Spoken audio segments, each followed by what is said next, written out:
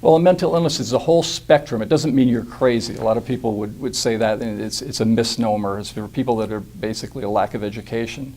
There's a wide spectrum of things that comprise a mental illness. I think everybody has been touched by the paralyzing effects of depression and the instability of bipolar disorder. And mental illness can cause people to be very fearful, like with an anxiety disorder.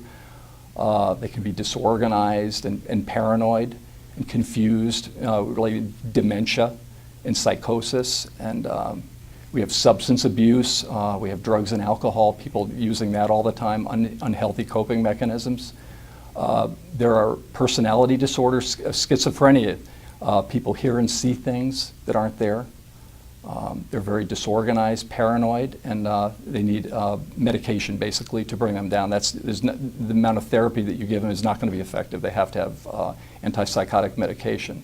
And we have personality disorders, which are antisocial, where people have no remorse, they have no empathy for other people. There's borderline personality, where people recreate chaotic relationships in their lives. And these are things that have to be, they stay with people forever, and they're very, very difficult to treat. Mental health affects everybody. I mean, most people that have a break, what they call a break, is usually when somebody is going away to school or somebody has a divorce in their early 20s. And what happens is, if everything's right there's a stressor such as a divorce or a difficulty at school will cause them to have a break.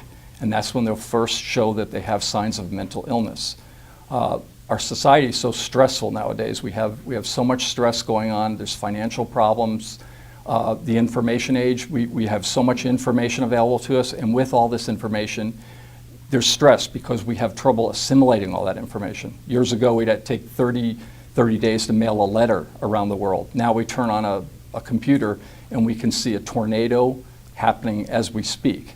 So although we have all that information, it is stressful to assimilate all that correctly, and that's what a lot of the problems are happening now.